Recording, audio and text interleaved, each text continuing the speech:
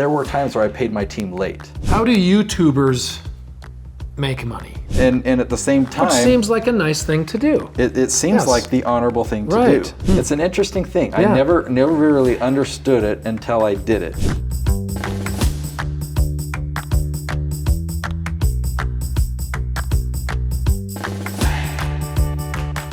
What does it mean to pay yourself first? I mean, I think I know what that means, but is there something I don't know? That was another thing where I never understood it until I experienced it. So for 12 years, I've been hiring people in the Philippines, and I thought it my duty and my obligation to make sure they were paid first before I paid myself.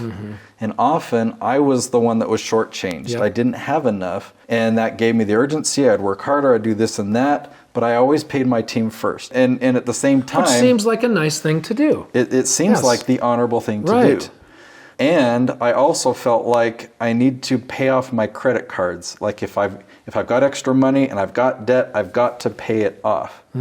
Here's what I learned instead. Let's say I've got $5,000 extra this month. Instead of paying my credit cards off, and instead of paying, well, let's use the credit card example first and then we'll come back. To pay off debt, I'd take that $5,000 and I would put it in the bank, and I would pay the minimum payment on my credit card.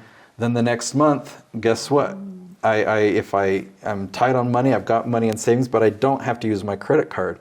I've got another $5,000 or $2,000 or $10,000. I can put money in the bank, pay the minimum payment on the credit card. That way, I'm gradually paying that credit card down, but I'm really building my security.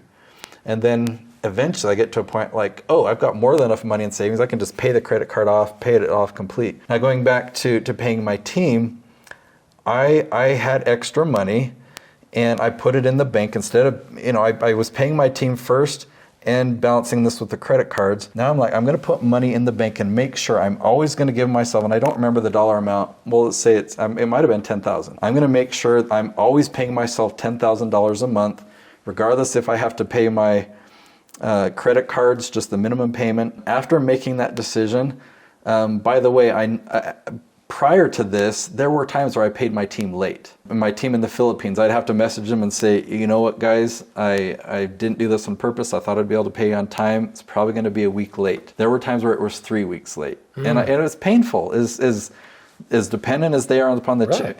And they were loyal. No one ever left. They always said, yeah, we understand. You'll make it up to us later. Of course.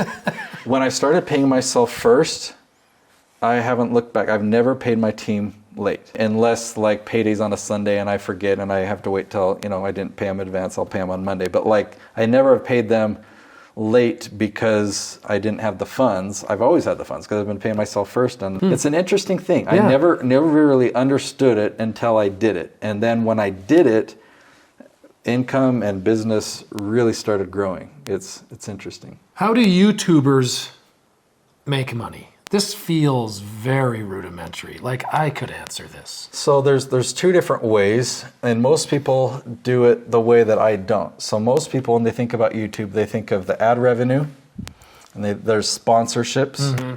Okay, there's endorsements or product placements or affiliate or things like that. But it's all basically you're being paid by YouTube or from YouTube.